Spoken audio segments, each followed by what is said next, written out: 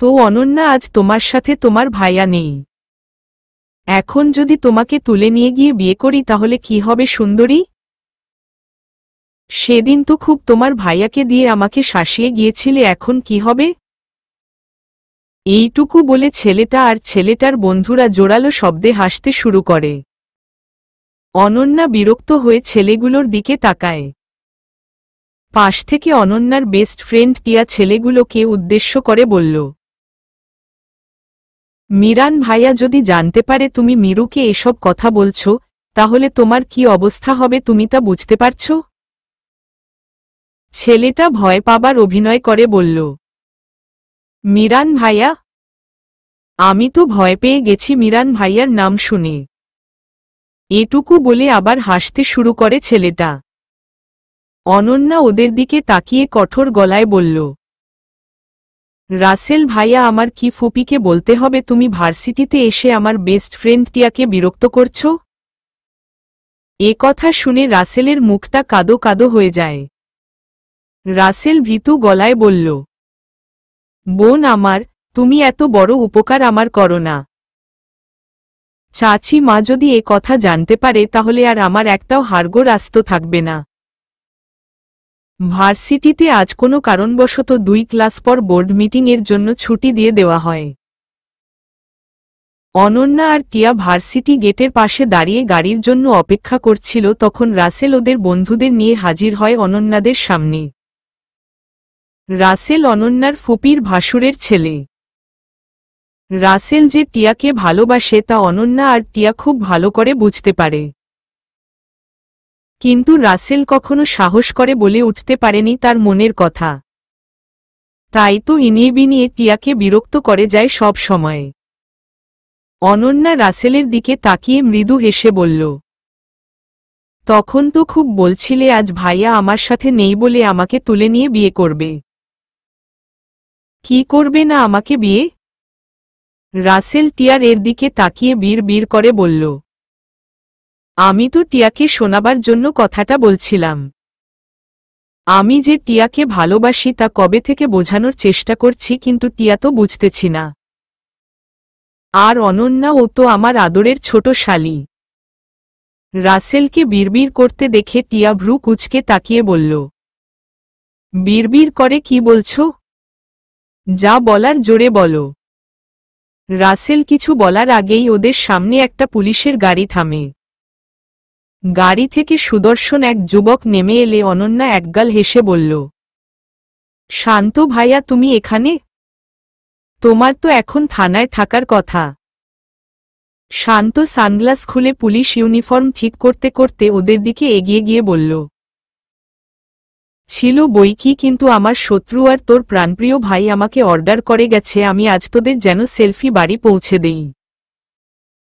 টিয়া ঠোঁট ফুলিয়ে বলল, তুই তো কখনো আমাকে ভার্সিটি থেকে নিয়ে আসা দূর ঠিকমতো সময় দিস না, অথচ দেখ মিরান ভাইয়া এত বড় একজন কার্ডিওলজিস্ট হয়েও তার সব ব্যস্ততার আগে মিরু।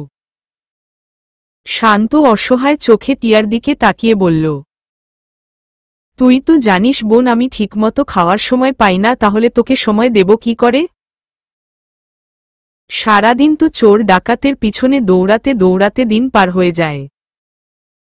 শুধু তোর কথা রাখতে 15 দিনের জন্য ছুটি নিয়েছে জুই আপুর বিয়ে উপলক্ষে। এরপর ও তুই মুখ গোমরা করে রাখবি? টিয়া গিয়ে শান্তর হাত জড়িয়ে ধরে বলল, সত্যি বলছিস ভাইয়া তুই 15 দিনের জন্য ছুটি নিয়েছিস? শান্ত উপর নিচ মাথা দুলিয়ে বলল, হ্যাঁ। টিয়া খুশিতে উত্তেজিত হয়ে বলল, তাহলে আজ বিকেলে আমি তুই আর মিরু রওনা দিব চাচাদের বাড়ির উদ্দেশ্যে। অনন্যা কপাল ভাঁজ করে বলল, ভাইয়া না আসা পর্যন্ত আমি যাব না।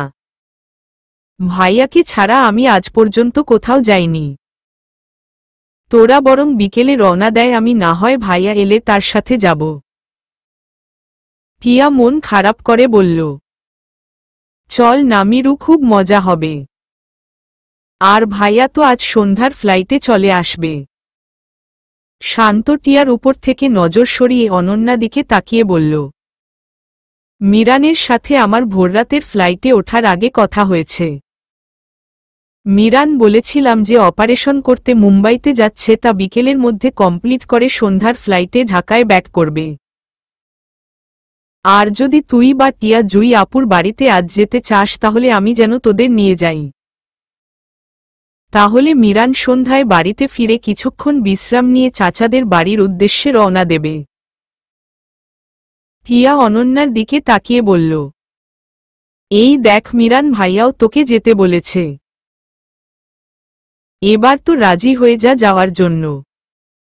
অনন্যা কিছুক্ষণ ভেবে বলল, বাড়ি গিয়ে মাম্মার সাথে কথা বলে তারপর তোকে জানাচ্ছি।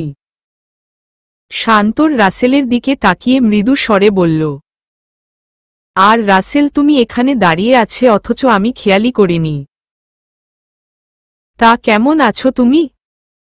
রাসেল হালকা হেসে বলল, জি ভাইয়া আমি ভালো আছি। আপনি কেমন আছেন? শান্ত ঠোঁটে হাসি এনে বলল, আমি ভালো আছি। লেখাপড়া কেমন চলছে তোমার? রাসেল টিয়ার দিকে আর চোখে তাকিয়ে বলল, ভালো ভাইয়া। শান্ত সানগ্লাস পরে রাসেলের দিকে তাকিয়ে বলল, সময় করে এসো একদিন আমাদের বাড়িতে। আজ আসি, একটু তাড়া আছে। রাসেল টিয়ার দিকে তাকিয়ে বাঁকা স্বরে বলল, আসব, অবশ্যই আসব। আসতে আমাকে হবেই আপনাদের বাড়িতে। টিয়া রাসেলের দিকে সরু চোখে তাকায়। শান্ত ওদের তাড়া দিয়ে বলল, টিয়া চল, দেরি হয়ে যাচ্ছে আমাদের। তোদের বাড়িতে পৌঁছে দিয়ে আমাকে আবার একবার থানায় যেতে হবে। শান্তর কথা শুনে টিয়া আর অনন্যা দুজনে গাড়িতে উঠে বসে। গাড়ি চলতে শুরু করলে টিয়া একনজর রাসেলের দিকে তাকায়। রাসেল টিয়ার দিকে তীক্ষ্ণ দৃষ্টিতে তাকিয়ে বিড় করে বলল, তোমাকে না দেখে আবারও অনেকগুলো দিন পার করতে হবে টিয়া পাখি। খুব কি দরকার ছিল বিয়েতে যাবার? দুপুর পেরিয়ে যাচ্ছে আর অনন্যা একটু একটু করে মন খারাপ করছে। বাড়ি ফিরেছে পর থেকেই ওর মাম্মা দেখা নেই। বাড়ি ফিরে দাদুর কাছ থেকে জানতে পেরেছে অফিসে কোনো ঝামেলার কারণে তড়িঘড়ি করে ওর মাম্মা বেরিয়ে গেছে। কিন্তু অনন্যার মন তো আর মানছে না। প্রতিদিন দুপুরে ওর মাম্মা ওকে নিয়ম করে ওকে নিজের হাতে খাইয়ে দেয়। আর রাতের বেলা তখন তো ভাইয়া নিজের হাতে খাইয়ে দেয়। এই নিয়মের কোনো হেরফের হলে অনন্যার মন ভীষণ খারাপ হয়ে যায়। মিরান বাড়িতে যত রাতেই হোক না কেন আগে ওর বোনকে খায়নি, তারপরে নিজে খাবে। আর মিরান যদি কোনো কারণে রাত করে বাড়ি ফিরে তখনও অনন্যা না খেয়ে তার ভাইয়ের জন্য অপেক্ষা করে। কখন ওর ভাইয়া ফিরবে আর কখন ওকে খাইয়ে দেবে। অনন্যা মন খারাপ করে ওর বেলকুনির দোলনায় বসেছিল। হঠাৎ কারো কথা শুনে ভাবনার জগৎ থেকে বেরিয়ে আসে অনন্যা।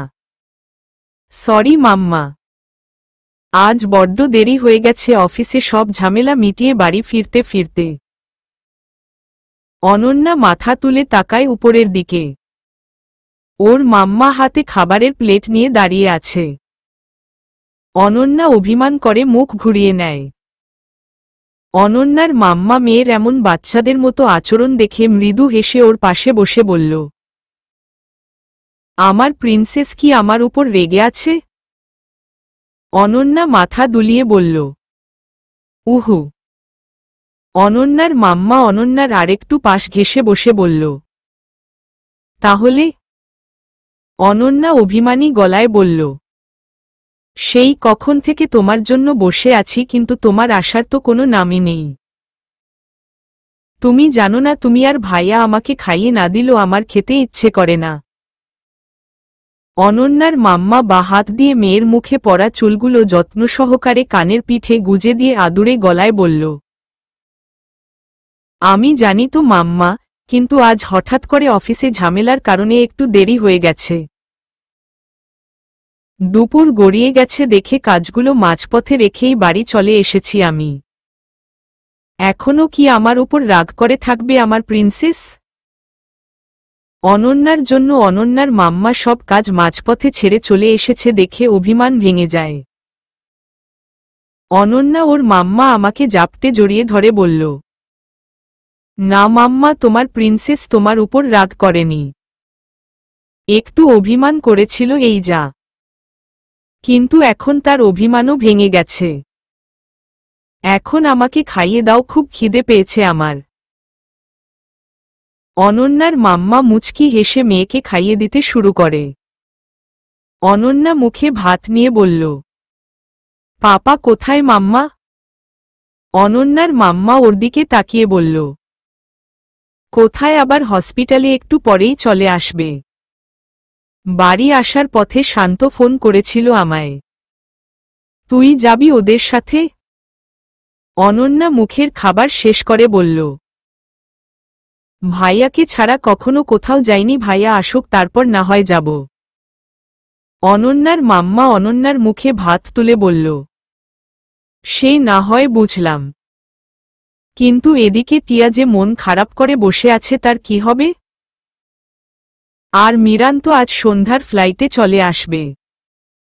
আমি না হয় ওকে এয়ারপোর্ট থেকে একেবারে তোর কাছে যেতে বলবো। তাহলে কি যাবি শান্তদের সাথে?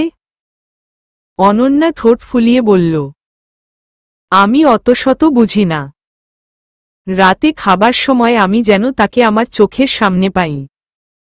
অনন্যার মাম্মা ঠোঁটে হাসি টেনে বলল, সেটা তোকে বলতে হবে না, সেদিকে আমার ছেলের খেয়াল আছে।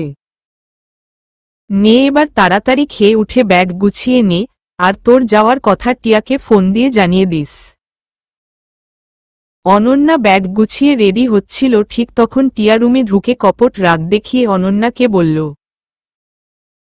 তুই এখনো রেডি হসনি, কখন বেরোবো আমরা? অনন্যা এক নজর টিয়ার দিকে তাকিয়ে পড়ে চুল ঠিক করতে করতে বলল, আর বলিস না, কোনো ড্রেসটা পরবো তা চুজ করতে করতে দেরি হয়ে গেছে। তা শান্ত ভাইয়া কোথায়? টিয়া বিছানায় বসে বলল, নিচে হলো রুমে বসে দাদুর সাথে কথা বলছে। তাড়াতাড়ি কর, না হলে কিন্তু দেরি হয়ে যাবে আমাদের। অনন্যা চুলগুলো ঠিক করে টিয়ার সামনে দাঁড়িয়ে বলল, তবে যাই বলিস না কেন, তুই আজ দুপুরে রাসেল ভাইয়ার মুখটা দেখার মতো ছিল। যখন শুনল তুই তোর চাচাতো বোনের বিয়েতে যাচ্ছিস 15 দিনের জন্য, তখন থেকে মুখটা কেমন গোমরা করে রেখেছিল। টিয়া কিছুটা অভিমানী হয়ে বলল, এই কথা আমাকে বলছিস কেন? কাউকে ভালোবাসলে তা বুক ফুলিয়ে প্রকাশ করতে হয়, আর তোর ভাই ছাড় তো এসব কথা। আমি তার আশেপাশে থাকি বা না থাকি এতে তার কিছু যায় আসে না। অনন্যা মৃদু হেসে বলল, এর জন্য বুঝি সখীর অভিমান হয়েছে? টিয়া অনন্যার দিকে তাকিয়ে দেখে ওর চোখে মুখে দুষ্টুমির ছাপ। টিয়া কোমরে হাত দিয়ে অনন্যার দিকে তাকিয়ে বলল, আমার কথা ছাড়, তোর সেই ক্রেজি লাভারের কথা বল, কদিন ধরে তো কোনো খবরাখবর নেই। অনন্যা উদাসীন গলায় বলল, 3-4 দিন ধরে তার সাথে কোনো যোগাযোগ নেই, কোনো মিশনে আছে হয়তো। টিয়া মুখ টিপে হাসে বলল, এর জন্য বুঝি সখীর এত উদাসীন? অনন্যা চোখ ছোট ছোট করে টিয়ার দিকে তাকিয়ে বলল, তুই কি আমার সাথে মজা করছিস? টিয়া দাঁত কেলিয়ে বলল, আমি তোর সাথে মজা করব কেন? আমি তো তোর খিল্লি উড়াচ্ছি। অনন্যা টিয়ার দিকে তেড়ে গিয়ে বলল, তবে রে দাঁড় তুই। এই বলে অনন্যা টিয়াকে তাড়া করতে শুরু করে। আর টিয়া অনন্যার হাত থেকে বাঁচার জন্য রুমের মধ্যে দৌড়াতে শুরু করে। মিরু প্লিজ তুই কান্না থামা, ভাইয়া কিছুক্ষণের মধ্যে চলে আসবে। ভাইয়া এসে দেখে যদি তুই কান্না করছিস তাহলে কি হবে তুই বুঝতে পারছিস? অনন্যা কান্না করতে করতে বারবার কেঁপে উঠে বলল, কটা বাজে দেখেছিস? এতক্ষণে তা ভাইয়ার এসে যাওয়ার কথা। সন্ধ্যার পর থেকে ভাইয়ার ফোন ও বন্ধ পাচ্ছি। কোনো বিপদ আপদ হয়নি তো আবার? একটু পরে আবার কান্নায় ভেঙে পড়ে অনন্যা। হঠাৎ করে পরিচিত কারো কথা শুনে অনন্যা কান্না থামিয়ে দরজার দিকে তাকায়। কয়েক মুহূর্ত ব্যক্তির দিকে তাকিয়ে দেখে ঝড়ের গতিতে গিয়ে ব্যক্তিটিকে জড়িয়ে ধরে কেঁদে কেঁদে বলল, কোথায় ছিলি ভাইয়া এতক্ষণ? তোর তো সেই সন্ধ্যায় এসে যাওয়ার কথা ছিল, এত দেরি করলি কেন? মীরান অনন্যাকে ওর বুক থেকে তুলে চোখের পানি মুছে দিতে দিতে বলল, কোথায় থাকবো আবার? আবহাওয়ার কারণে ফ্লাইট একটু পিছিয়ে গেছে এই যা। এর জন্য তুই কেঁদে কেঁদে সাগর বানিয়ে ফেলবি? তুই জানিস না তোর চোখের পানি আমি দেখতে পারি না, তারপরও ডাফারের মতো কান্না করছিলি কেন?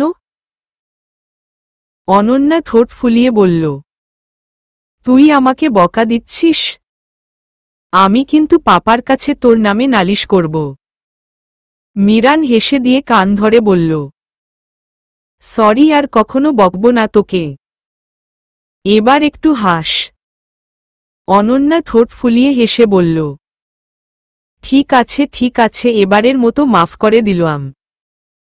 আমার খিদে পেয়েছে, এখন খাইয়ে দে আমায়, না হলে কিন্তু তোর খবর আছে আমি বলে দিলাম। মীরান শুকনো গলায় ঢোক গিলে ভয় পাবার অভিনয় করে বলল, চাচি তাড়াতাড়ি করে খাবার নিয়ে এসো, না হলে এই গুন্ডি মেয়ে আর আমাকে আস্ত রাখবে না। মীরানের কথা শুনে সবাই মুখ টিপে হেসে দেয়। অনন্যা ছোট ছোট করে মীরানের দিকে তাকালে শান্ত মীরানকে তাড়া দিয়ে বলল, মীরান চল আগে ফ্রেশ হয়ে নিবি। মীরু কিন্তু অনেকক্ষণ ধরে কিছু খায়নি। মীরান শান্তর দিকে তাকিয়ে বলল, হ্যাঁ চল, না হলে কথায় কথায় আরো দেরি হয়ে যাবে। মীরান শান্তর সঙ্গে সিঁড়ি বেয়ে দোতলায় উঠে যায়। টিয়া অনন্যার দিকে তাকিয়ে মৃদু স্বরে বলল, এত করে আমি তোকে কান্না থামাতে বলছিলাম, কিন্তু তুই তো তখন আমার কথা কানেই দিসনি। কেঁদে কেঁদে মুখের অবস্থা নাজেহাল করে দিয়েছিস। এখন যা হাত মুখ ধুয়ে আয়, তারপর ভাইয়া এসে তোকে খাইয়ে দেবে। অনন্যা ভেঙচি কেটে বলল, যাচ্ছি যাচ্ছি। অনন্যা চলে গেলে টিয়া অনন্যার দিকে তাকিয়ে মৃদু হেসে দেয়। মীরান আর শান্ত স্কুল লাইফের বন্ধু। টিয়া শান্তর বোন। মীরান যখন খেলাধুলা করার জন্য শান্তদের বাড়ি যেতে তখন ও অনন্যাকে ওর সাথে নিয়ে যেত। সেখান থেকেই অনন্যা আর টিয়ার বন্ধুত্ব হয়। শান্ত লেখাপড়া শেষ করে পুলিশের চাকরিতে জয়েন করে আর মীরান তার পাপার মতো একজন বড় ডাক্তার হয়। শান্তর চাচাতো বোনের বিয়ে উপলক্ষে মীরান আর অনন্যাকে ওদের গ্রামের বাড়িতে আসার জন্য রাজি করাই।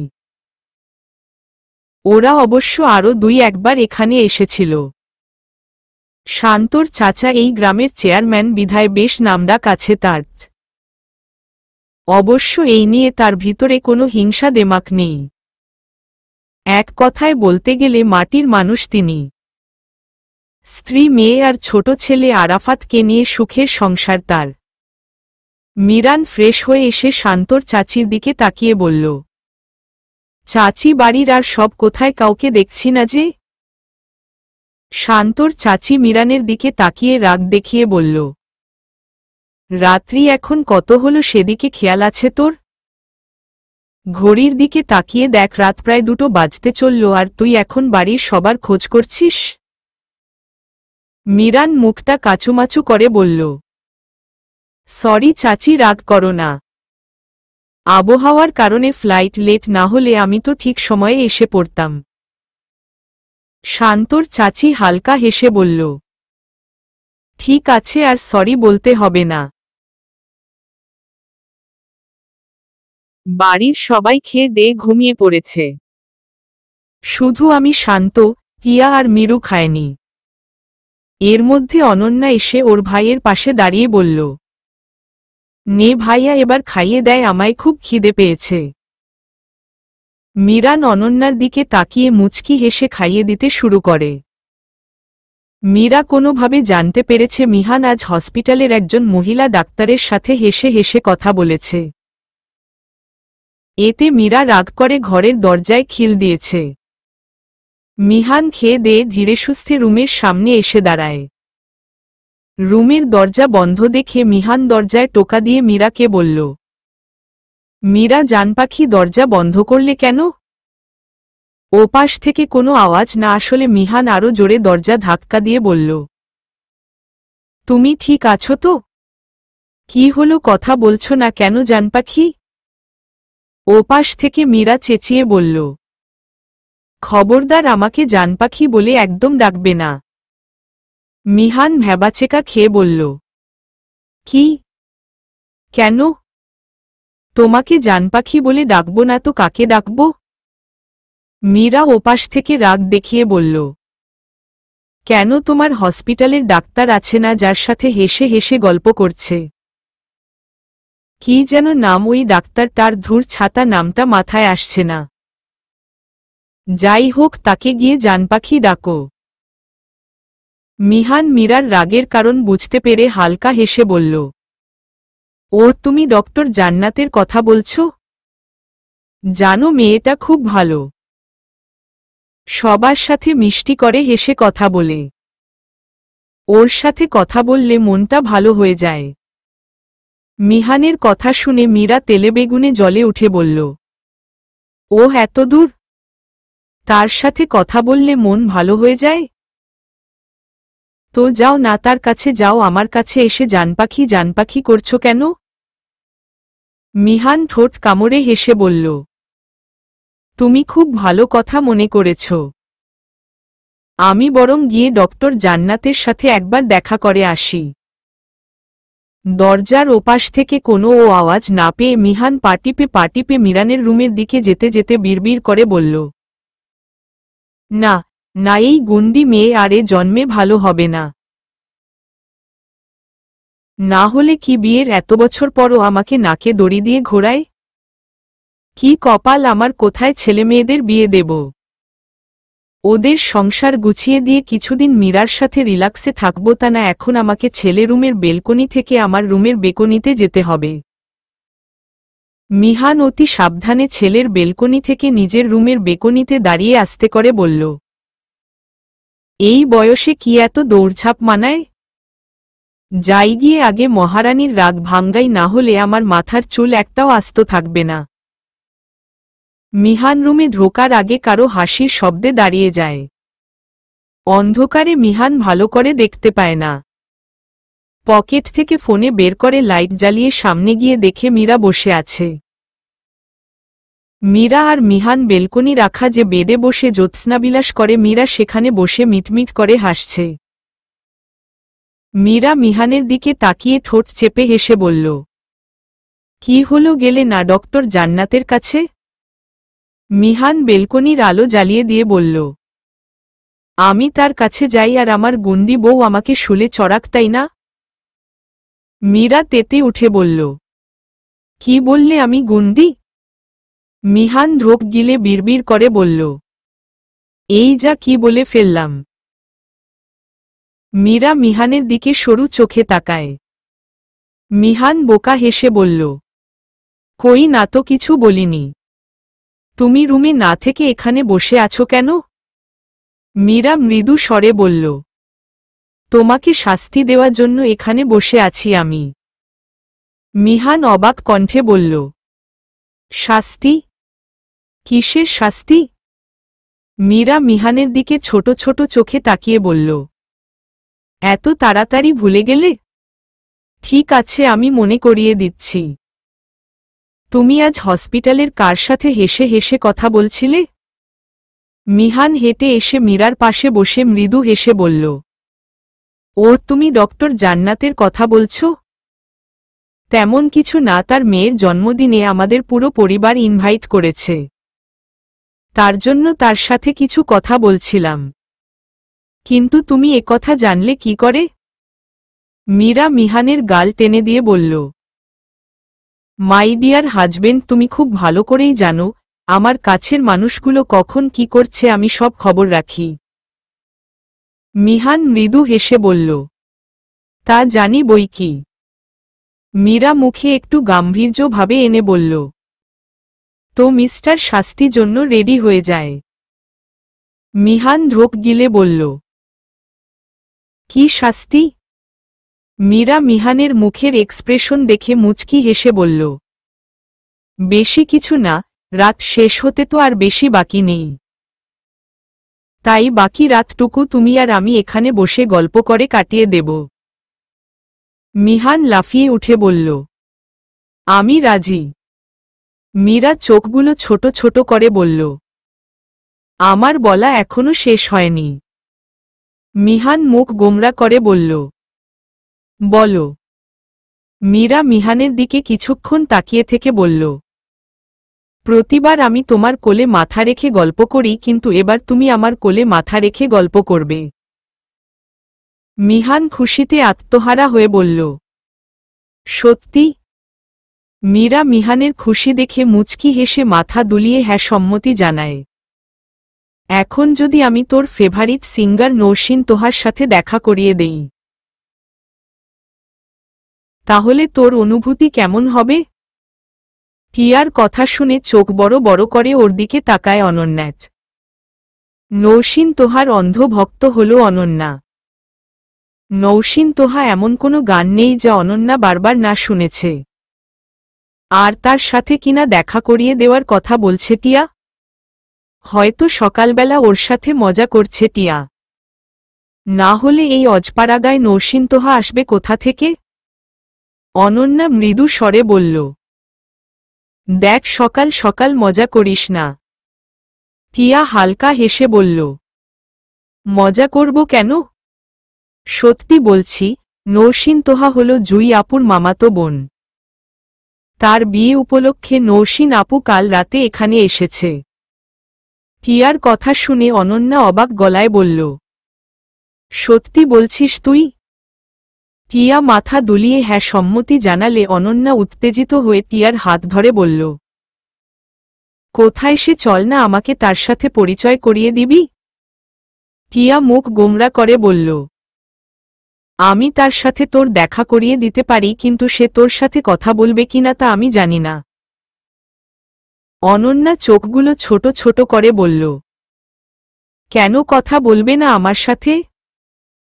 টিয়া মৃদু স্বরে বলল, উনি সব সময় গম্ভীর হয়ে থাকেন, খুব একটা কারো সাথে কথা বলে না। আমার অনেক কাজিনরা তার পিঠ পিছনে অহংকারী, দেমাগী বলে ডাকে। সবার ধারণা সে অহংকার করে, কারো সাথে কথা বলে না। অনন্যা কিছু একটা ভেবে মৃদু হেসে বলল, আমার মতো একটা কিউট মেয়ের সাথে কথা না বলে থাকতেই পারবে না তুই দেখিস। টিয়া অনন্যার দিকে তাকিয়ে বলল, না, তার সাথে কথা বলার দরকার নেই, শুধু দেখেই আমার সাথে চলে আসবি। তোর সাথে যদি খারাপ ব্যবহার করে আর তা যদি মিরান ভাইয়া জানতে পারে। টিয়াকে কথা সম্পূর্ণ করতে না দিয়ে অনন্যা বলল, এত চিন্তা করছিস কেন? আমি তো আছি, চল। অনন্যার কথা মতো টিয়া অনন্যাকে সিঙ্গার নৌশিন তোহার রুমের সামনে নিয়ে আসে। দোতলার একেবারে শেষের দিকের রুমটা। টিয়া একবার বাইরে থেকে রুমের ভিতরে উকি দিয়ে দেখে। অনন্যা তা তোয়াক্কা না করে হনহনিয়ে রুমের ভিতরে ঢুকে যায়। তা দেখে টিয়া মৃদু চিৎকার করে বলল, এই মিরু, তুই কোথায় যাচ্ছিস? অনন্যা সেদিকে কর্ণপাত না করে রুমে ঢুকে সবকিছুতে চোখ বুলিয়ে নিচ্ছে। একবার এদিক ওদিক তাকিয়ে দেখে জানালার পাশে দাঁড়িয়ে একটা মেয়ের ফোনে কথা বলছে। বেশ কিছুক্ষণ পর ফোন রেখে পিছন ফিরে তাকায় মেয়েটা। নৌশিন তোহা তার সামনে দাঁড়িয়ে আছে, ভাবতেও স্বপ্নের মতো লাগছে অনন্যার। তোহা অনন্যার দিকে তাকিয়ে ঠোঁটে হাসি টেনে বলল, কিছু বলবে আমায়? অনন্যা নিজেকে সামলে নিয়ে মৃদু স্বরে বলল, আমি ভাবতে পারছি না তুমি, আপনি আমার সামনে দাঁড়িয়ে আছেন। আমি আপনার খুব বড় একজন ফ্যান। আমার কাছে সবকিছু কেমন যেন স্বপ্নের মতো লাগছে। তোহা ঠোঁটের হাসি আরেকটু প্রসারিত করে বলল, স্বপ্ন কেন হবে? আমি তো তোমার জন্য দাঁড়িয়ে আছি। এরপরও যদি বিশ্বাস না হয় ছুঁয়ে দেখতে পারো আমায়। অনন্যা আর কালবিলম্ব না করে তোহাকে জড়িয়ে ধরে কয়েক মুহূর্তের মাঝে আবার তোহাকে ছেড়ে দিয়ে বলল, সরি আসলে উত্তেজনায় আপনাকে জড়িয়ে ধরেছি। I am extremely sorry. Toha হালকা হেসে বলল, দূর বোকা মেয়ে, এতে সরি বলার কি আছে? আমি কিছু মনে করিনি। আর আমার মনে হয় তুমি আপনিতে কমফর্টেবল না। তুমি চাইলে আমাকে তুমি করে বলতে পারো। অনন্যা ঠোঁট হাসি ফুটিয়ে বলল, ঠিক আছে, এখন থেকে আমি তুমি করে বলল। এখন যাই আপু, তোমার সাথে আবার পরে আড্ডা দেব। তোহা চোখগুলো ছোট ছোট করে বলল, সে কি, তোমার সাথে এখনো ভালো করে আলাপি কি হলো না আর এখনই চলে যাবে? অনন্যা মৃদু স্বরে বলল, এখন আমাকে যেতে হবে। ভাইয়া হয়তো এতক্ষণে মর্নিং ওয়ার্ক থেকে ফিরে এসেছে। তোমার সাথে না হয় কিছুক্ষণ পরে এসে আড্ডা দেব। তোহা কিছু একটা ভেবে মৃদু হেসে বলল, ঠিক আছে, তুমি যাও, আমিও আসছি। অনন্যা তোহার সাথে কথা বলে খুশি মনে রুম থেকে বের হচ্ছিল, তখন টিয়া অনন্যার হাত ধরে বলল, তোকে আমি বারণ করেছিলাম, তারপরও গেলি কেন ওখানে? অনন্যা টিয়ার কথার উত্তর না দিয়ে চোখ গরম করে ওর দিকে তাকিয়ে বলল, তুই আমাকে তখন মিথ্যে কথা বললি কেন? টিয়া অবাক হয়ে বলল, মিথ্যে? আমি আবার কখন তোকে মিথ্যে কথা বললাম? অনন্যা মুখ বাঁকা করে বলল, কেন, কিছুক্ষণ আগে তুই তো বলেছিলি তোহা আপু সবসময় গম্ভীর হয়ে থাকে, কারো সাথে কথা বলে না, অহংকার, দেমাগি, আরও কত কি বলেছিলি। টিয়া মৃদু স্বরে বলল, মিথ্যে কথা বললাম? আমরা যা জানি তাই তো তোকে বললাম। অনন্যা ঠোঁট চেপে বলল, তোরা ভুল জানিস। তোহা আপু খুব মিষ্টি একটা মেয়ে। আমার সাথে এতক্ষণ কি সুন্দর করে হেসে কথা বলছ। তোরা কি না তার নামে এসব কথা বলছিস? টিয়া অবাক হয়ে বলল, কি বলছিস এসব তুই? তোহা আপু? অনন্যা টিয়াকে পাত্তা না দিয়ে বলল, না, তার ভূত আমার সাথে কথা বলছে। এখন চল, আগে ব্রেকফাস্ট করে নেই। ওদিকে হয়তো ভাইয়া আমার জন্য অপেক্ষা করছে। অনন্যা টিয়ার উত্তরের অপেক্ষা না করে হাত ধরে টেনে নিয়ে যায় নিচতলায়। গোধূলি লগ্নের শেষভাগে মিরান প্রকৃতির সঙ্গে একাকী কিছু সময় কাটাবে বলে বেরিয়ে পড়েছে। গ্রামের সৌন্দর্য এমনিতেই চোখ ধাঁধানো, তারপরে শীতের সময় যেন সেই সৌন্দর্য আরও 4 গুণ বৃদ্ধি পায়। মিরান ক্যামেরা হাতে কিছুদূর হেঁটে এসে চারদিকে তাকায়। মাঠে মাঠে সরিষা ফুল হলুদে হলুদে মাতিয়ে তুলছে পরিবেশ।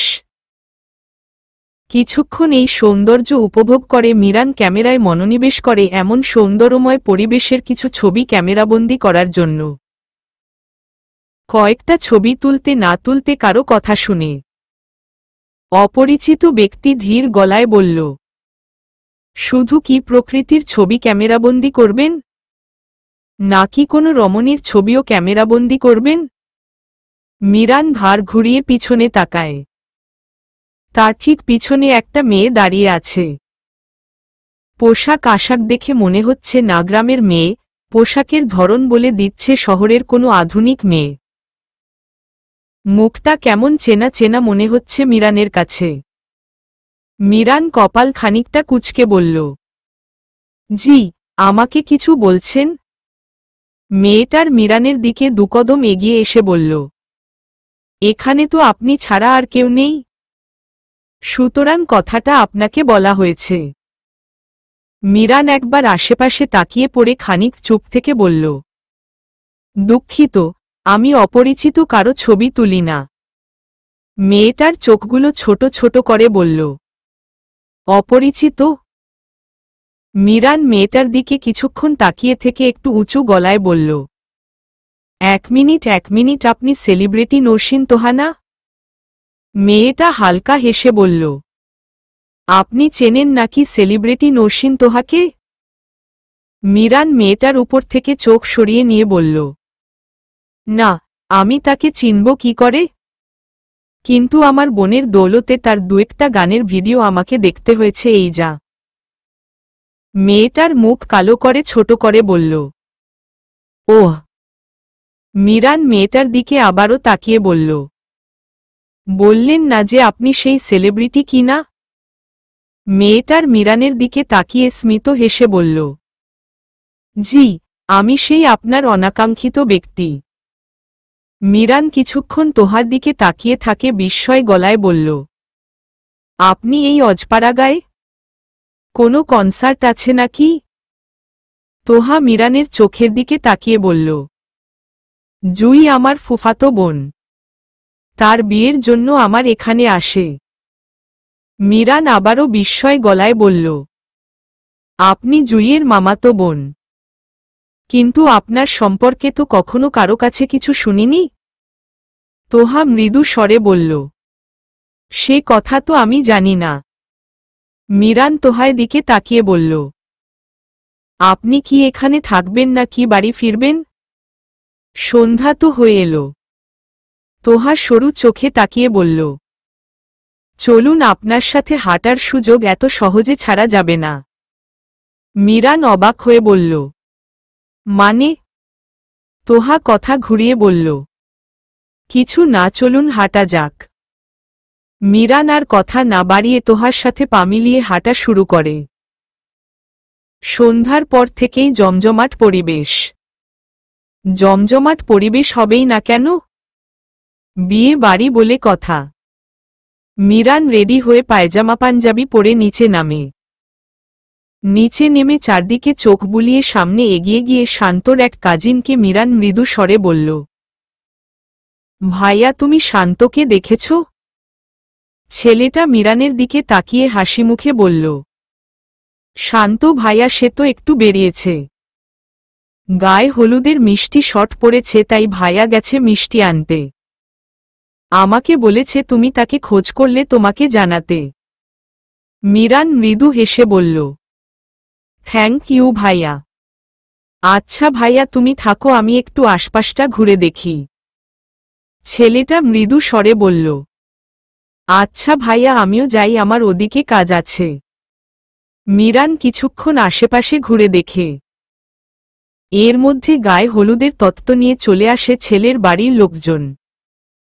অনন্যা, টিয়া আর অন্যান্য মেয়েরা স্টেজে পাশে বসে আড্ডা দিচ্ছে। মিরান ঘুরতে ঘুরতে একটু সাইটে এলে পিছন থেকে কেউ একজন বলল, হেই হ্যান্ডসাম, এখানে একা একা কি করছো? মিরান পিছন ফিরে তাকায়। একটা মেয়ে দাঁড়িয়ে আছে তার সামনে। মিরান কপাল ভাঁজ করে বলল, আমাকে কিছু বলছেন? মেয়েটা মিরানের দিকে তাকিয়ে হাত বাড়িয়ে দিয়ে বলল, হাই, আমি আশা বরের চাচাতো বোন। মিরান হাতে না মিলিয়ে ঠোঁটে হাসি টেনে বলল, আমি মিরান, মিরান চৌধুরী। আমি কনের চাচাতো ভাইয়ের বন্ধু। আশা মৃদু স্বরে বলল, গায়ে হলুদের অনুষ্ঠানে না থেকে এখানে একা একা কি করছো? মিরান ধীর গলায় বলল, ছিলাম এতক্ষণ ওখানে, মাত্র এলাম এদিকে একটু ঘুরে দেখার জন্য। আশা মিরানের দিকে তাকিয়ে বলল, আমি এসে আবার বিরক্ত করলাম না তো? মিরান হালকা হেসে বলল, আরে না না, বিরক্ত করবেন কেন? তাছাড়া ভালোই লাগছে আপনার সাথে কথা বলতে। আশা হেসে দিয়ে বলল, আমার সাথে কথা বলছো ভালো কথা, কিন্তু গার্লফ্রেন্ড যদি দেখে ফেলে তাহলে কি হবে? মিরান ঠোঁটের হাসি প্রসারিত করে বলল, আরে না না, আমার কোনো গার্লফ্রেন্ড নেই, তাই এ নিয়ে আমার কোনো ঝামেলাও নেই। আশা মিরানের দিকে তাকিয়ে হাসি মুখে বলল, তাহলে আপনি সিঙ্গেল? আপনার কোনো গার্লফ্রেন্ড নেই? মিরান বিরক্ত হয়ে বলল, আরে হ্যাঁ রে বাবা। আশা আর কিছু বলার আগেই অনন্যা এসে মিরানের হাত ধরে টেনে নিয়ে যায়। মিরান ওখান থেকে চলে গেলে আশার কাছে আরও একটা মেয়ে এসে বলল, কি রে, এই ছেলেটাকে পটিয়ে ফেললি নাকি? আশা মুখ গোমরা করে বলল, পটাতে পারলাম, আর কই, তার আগেই তো চলে গেল। মেয়েটার মুখ বেজার করে বলল, সো স্যাড। আশা মেয়েটার দিকে তাকিয়ে মৃদু স্বরে বলল, তবে চিন্তা করিস না, এই বিয়ের অনুষ্ঠানের মধ্যে ছেলেটাকে আমি পটিয়ে ফেলব। এইটুকু বলে দুজন দুজনের দিকে তাকিয়ে হাসতে শুরু করে। আশা খাওয়া দাওয়া শেষ করে বাগানের সামনে দিয়ে ফোনে কথা বলতে বলতে যাচ্ছিল, তখন কেউ আশার মুখ চেপে আড়ালে নিয়ে যায়। কিছুক্ষণ পর সে ব্যক্তি আশার মুখ ছেড়ে দেয়। আশা জোরে নিঃশ্বাস নিতে নিতে রাগী চোখে সেই ব্যক্তির দিকে তাকায়, মুহূর্তেই চোখ বড় বড় করে বলল, নৌসিন তোহা। তোহা রক্তচোখের আশার দিকে তাকিয়ে বলল, তোর সাহস কি করে হয় আমার জানের দিকে চোখ দেওয়ার? আশা কিছু বুঝতে না পেরে বলল, মানে কি বলছেন আপনি? তোহা আশার মুখ টিপে ধরে বলল, কিছু বুঝতে পারছি না তুই? কিছুক্ষণ আগে যে ছেলেটাকে পটানোর কথা বলছিলি তার কথা বলছি। তোর সাহস কি করে হয় আমার জানের দিকে চোখ দেওয়ার? আশা আতঙ্কিত কণ্ঠে বলল, মিরানের কথা বলছেন আপনি? তোহা আশার মুখ ছেড়ে দিয়ে রাগী গলায় বলল, হ্যাঁ মিরান, আমার মিরানের কথা বলছি। প্রথম ভুল দেখে তোকে ক্ষমা করে দিয়েছি, দ্বিতীয়বার যদি ওর আশেপাশেও দেখি তাহলে তোর কি অবস্থা হবে তা কল্পনাও করতে পারি না। আশা ভয়ে ভয়ে বলল, না না, আমি আর তার সাথে কথা বলবো না, আমি আর কখনো তার সামনেই যাব না। তোহা চোখের ইশারায় আশাকে চলে যেতে বলে। আশা তোহা ভয়ে তাড়াতাড়ি ওখান থেকে চলে যায়। তোহা নিজেকে সামলে নিয়ে রাগী গলায় বলল, মিরান, আমার মিরান, ওর দিকে যে তাকাবে তাকে আমি শেষ করে দেব, একদম শেষ করে দেব। তোহা মা, আমার দরজা খোল, রাতে না খেয়ে ঘুমাতে নেই মা, তোহা দরজা খোল মা। তোহা গায়ে হলুদের অনুষ্ঠান থেকে ফিরে ঘরের দরজায় খিল দিয়েছে। জুইয়ের মা মানে তোহার ফুপি সব কাজকর্ম সেরে জানতে পারে তোহা না খেয়ে নিজের রুমে চলে গেছে। তিনি আর থাকতে না পেরে তোহাকে ডাকতে চলে আসে। তোহা দরজার ওপাশ থেকে খুব ধীর গলায় বলল, ফুপি, আমি আজ রাতে আর খাব না, তুমি গিয়ে খেয়ে ঘুমিয়ে পড়ো। জুইয়ের মা আহ্লাদি সুরে বলল, মা, আমার মনে হচ্ছে তুই ঠিক নেই, তুই একটু দরজাটা খোলো মা, আমি এক নজর দেখেই চলে যাব। তোহা স্মিথ হেসে বলল, ধুর, আমার কি হবে? তুমি অযথা চিন্তা করছ, যাও গিয়ে খেয়ে ঘুমিয়ে পড়ো। জুইয়ের মা কপট রাগ দেখিয়ে বলল, তুই দরজা খুলবি না, আমি অন্য কোনো ব্যবস্থা করব। তোহা আর ওর ফুপির সাথে কথায় না পেরে দরজা খুলে দেয়। দরজা খুলতে না খুলতেই তোহার ফুপি হনহনিয়ে রুমে ঢুকে পড়ে। এক নজর তোহার দিকে তাকিয়ে রুমের চারদিকে চোখ বুলিয়ে তিনি হঠাৎ করে চোখ যায় বিছানার কোনো ফ্লোরের দিকে, লাল লাল কিছু একটা পড়ে আছে। বড় বড় পা ফেলে এগিয়ে যায় সেদিকে। বুঝতে খুব একটা অসুবিধা হয়নি, লাল লাল যেগুলো দেখছিল সেগুলো রক্তের বিন্দু। তোহার ফুপি চোখ বড় বড় করে তোহার দিকে তাকায়। তোহা মুখ কালো করে মাথা নিচু করে দাঁড়িয়ে আছে।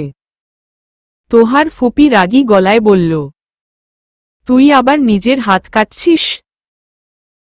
তোহা মাথা নিচু করে টু শব্দটি পর্যন্ত করছে না। তোহার ফুপি এগিয়ে এসে তোহার দুই হাত দেখতে শুরু করে। বাম হাত খুব বাজেভাবে কেটেছে। তোহার ফুপি ছলছল চোখে তাকায় তোহার দিকে।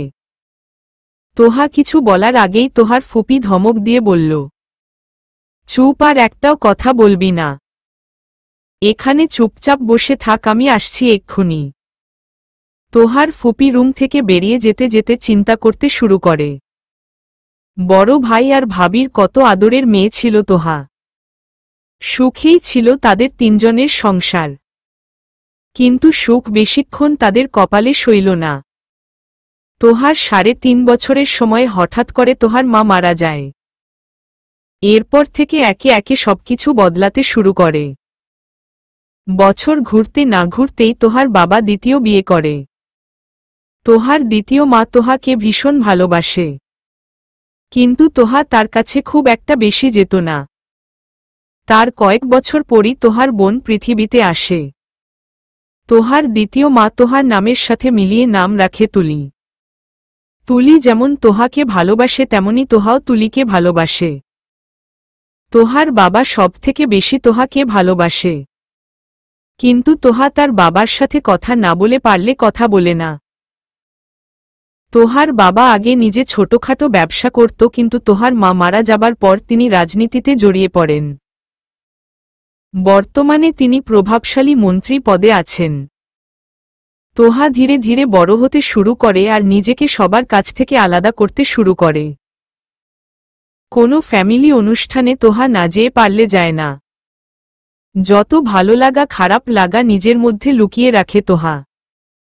খুব বেশি রাগ হলে বা খুব বেশি কষ্ট পেলে তোহা মাঝে মধ্যে নিজের হাত কেটে ফেলে। শত বকাবকির করার পরও তোহার এই অভ্যাস পরিবর্তন করতে পারেনি কেউ। আজও হয়তো এমন কিছু হয়েছে।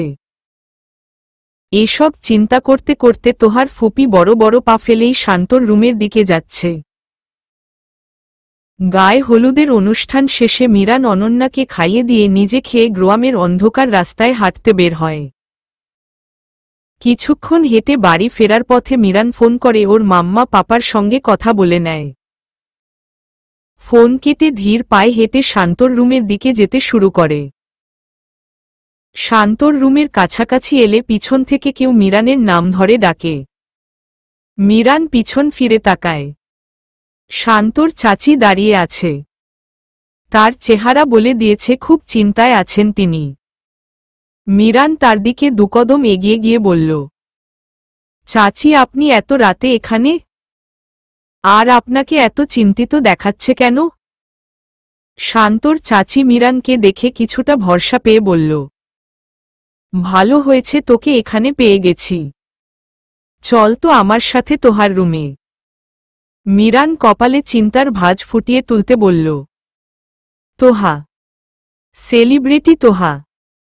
তার রুমে গিয়ে আমি কি করব এত রাতে? শান্তর চাচি কিছুটা ধমকের সুরে বলল, আহ চল না আমার সাথে, এত কথা বলছিস কেন? মিরান আর কিছু না বলে শান্তর চাচির এর পিছনে পিছনে হাঁটতে শুরু করে। অনন্যা বিছানার এপাশ ওপাশ করছে, কিছুতেই ঘুম তার দু চোখে ধরা দিচ্ছে না। কিছুক্ষণ এপাশ ওপাশ করে পাশ ফিরে তাকায়, টিয়া দিব্যি ঘুমে কাদা হয়ে আছে। অনন্যার কাছে এখন টিয়াকে খুব বিরক্ত লাগছে।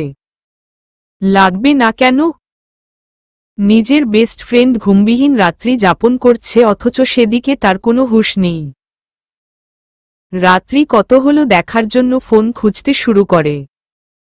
খুঁজে দেখে বালিশের নিচে অবহেলিত বস্তুর মতো পড়ে আছে ফোনটা। ফোন ওপেন করে সময় দেখবে কি তার আগেই চোখ কপালে ওঠে। তার প্রিয় মানুষটির শতাধিক মিস কল। ভয়ে ভয়ে তার প্রিয় মানুষটি নাম্বারে ফোন করে অনন্যা।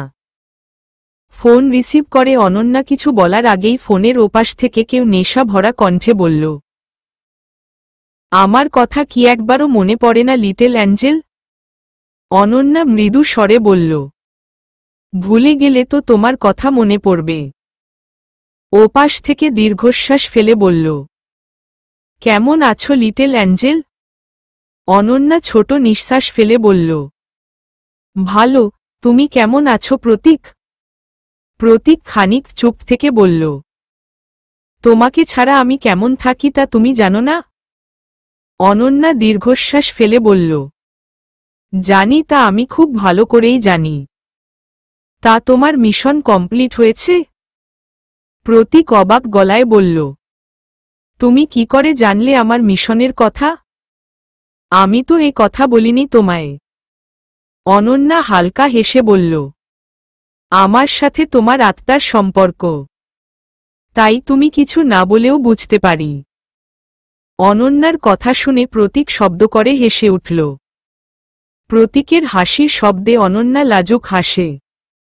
মীরান শান্তর চাচির সঙ্গে তোহার রুমে এসে হাজির হয়। তোহা বিছানায় মাথা নিচু করে বসে আছে। মীরান প্রশ্নবোধক দৃষ্টিতে তাকায়। শান্তর চাচি কিছুটা হতাশার সুরে বলল, দেখ না তুই কিছু করতে পারিস কিনা, তোহা হাতটা খুব বাজেভাবে কেটে গেছে। মীরান বড় বড় পা ফেলে তোহার পাশে গিয়ে বসে। তোহা আর চোখে মীরানের দিকে তাকায়। মীরান সেদিকে না তাকিয়ে তোহার হাত ধরে বলল, ইস, হাতটার কি অবস্থা হয়েছে। মীরান শান্তর চাচির দিকে তাকিয়ে বলল, চাচি তোমার কাছে ফার্স্ট এড বক্স আছে? শান্তর চাচি তাড়াতাড়ি করে বলল, হ্যাঁ হ্যাঁ আছে, তুই একটু অপেক্ষা কর, আমি এখনই নিয়ে আসছি। শান্তর চাচি চলে গেলে মীরান তোহার দিকে তাকিয়ে বলল, হাতটার এই অবস্থা হলো কি করে? তোহা মীরানের দিকে একদৃষ্টিতে তাকিয়ে বলল, আমি কেটেছি হাতটা। মীরান চোখ বড় বড় করে তোহার দিকে তাকায়। কিছু বলার আগেই শান্তর চাচি ফার্স্ট এড বক্স নিয়ে এসে বলল, এই নে মীরান। মীরান ফার্স্ট এড বক্স নিয়ে তোহার হাত পরিষ্কার করতে শুরু করে। পাশ থেকে শান্তর চাচি বলল, মা এবার তো একটু শান্ত হয়ে বস, আমি খাবার নিয়ে আসছি, তোকে খাইয়ে দেব। তোহা গম্ভীর হয়ে ওর ফুপির দিকে তাকিয়ে বলল, আমি আজ রাতে আর কিছু খাবো না, তুমি খেয়ে ঘুমিয়ে পড়ো। মীরান তোহার হাত ব্যান্ডেজ করে উঠে দাঁড়িয়ে বলল, রাতে না খেয়ে শুতে নেই। চাচি তুমি খাবার নিয়ে এসে ওনাকে খাইয়ে দাও, আমি এখন যাই বরং। এইটুকু বলে মীরান আরেকটু সময় অপেক্ষা না করে হনহনিয়ে বেরিয়ে যায়। তোহা মীরানের যাওয়ার দিকে তাকিয়ে ফুপিকে বলল, ফুপি আমি খাব, যাও গিয়ে খাবার নিয়ে আসো। তোহার ফুপি অবাক হয়ে বলল, তুই সত্যিই খাবি? তোহা দরজার দিকে তাকিয়ে মিনমিন করে বলল, হ্যাঁ খাবো, কারণ আমার জান বলেছে আমাকে খাওয়ার জন্য। আমি তো আর আমার জানের কথা ফেলতে পারি না। বাড়ির পিছনে বাগানে গাছে বাঁধা দোলনায় দুলছে দুই তরুণী। তরুণীদের হাসির শব্দে আকাশ বাতাস মুখরিত হয়ে আছে। বাতাসের সঙ্গে পাল্লা দিয়ে দুলছে দুজন। বাতাসের থেকে কে আগে এগিয়ে যেতে পারে এই নিয়ে যেন প্রতিযোগিতায় নেমেছে দুই তরুণী। হঠাৎ কারো মৃদু চিৎকার, দুই তরুণীর আনন্দের সমাপ্তি ঘটে। দুজনে পাশ ফিরে তাকায়। শান্ত রাগী রাগী চোখে তাকিয়ে আছে ওদের দিকে। শান্তকে দেখে দুজনে দুজনের দিকে তাকিয়ে শুকনো গলায় ঢোক গিলে। শান্ত ওদের দিকে এগিয়ে এসে মৃদু চিৎকার করে বলল, তোরা দুজনে এখানে? আর আমি আর মীরান তোদের দুজনকে সারা বাড়িময় খোঁজাখুঁজি করছি। তা সকাল সকাল বাড়ির পিছনে দুজনে কি করছিস? শান্তর চিৎকার শুনে টিয়া বোকাদের মতো হেসে বলল, আসলে ভাইয়া, আমরা দুজনে সকালে ঘুম থেকে উঠে দেখি বাড়ির তেমন কেউ ঘুম থেকে ওঠেনি। পরে দুজনে মিলে ঠিক করি একটু বাড়ির সামনে হাঁটাহাঁটি করে আসব। কিন্তু হাঁটতে হাঁটতে কখন যে বাড়ির পিছনের দিকে চলে এসেছি আমরা কেউ খেয়াল করিনি। পরে দোলনাটা দেখে লোভ সামলাতে না পেরে দুজনের মিলে দুলতে শুরু করি। টিয়ার বাচ্চাদের মতো কথা শুনে শান্ত রাগ কমিয়ে ওদের দিকে গম্ভীর হয়ে তাকিয়ে বলল, ঠিক আছে ঠিক আছে, তাড়াতাড়ি তোদের বাদরামো শেষ করে বাড়ির ভিতরে আয়। এইটুকু বলে শান্ত চলে গেলে অনন্যা টিয়ার দিকে তাকিয়ে বলল, কিরে দাঁড়িয়ে আছিস কেন ওখানে? তাড়াতাড়ি আয়, আর কিছুক্ষণ দোলনা দুলে তারপর বাড়ি যাব। টিয়া অনন্যার দিকে তাকিয়ে বলল, আর দোলনা দুলার দরকার নেই, তাড়াতাড়ি চল, না হলে ওরা আমাদের অবস্থা খারাপ করে দেবে। অনন্যা ঠোঁট ফুলিয়ে হেসে বলল, ধুর, কিছু হবে না, তুই আয় তো। টিয়া কিছু বলবে তা আগে পিছন থেকে কেউ একজন বলল, তোমরা এখানে কি করছো? অনন্যা কপাল ভাঁজ করে সামনে তাকায়। এখন আবার কে এলো? টিয়া ঘাড় ঘুরিয়ে পিছন ফিরে তাকিয়ে বলল, তোহা আপু তুমি এখানে? তোহা ওদের দিকে এগিয়ে এসে বলল, কেন? আমার আশা বারণ বুঝি এখানে? অনন্যা ঠোঁট হাসি ফুটিয়ে বলল, আরে নানা তা কেন হবে? টিয়া তো খালি জানতে চাইল এই আর কি।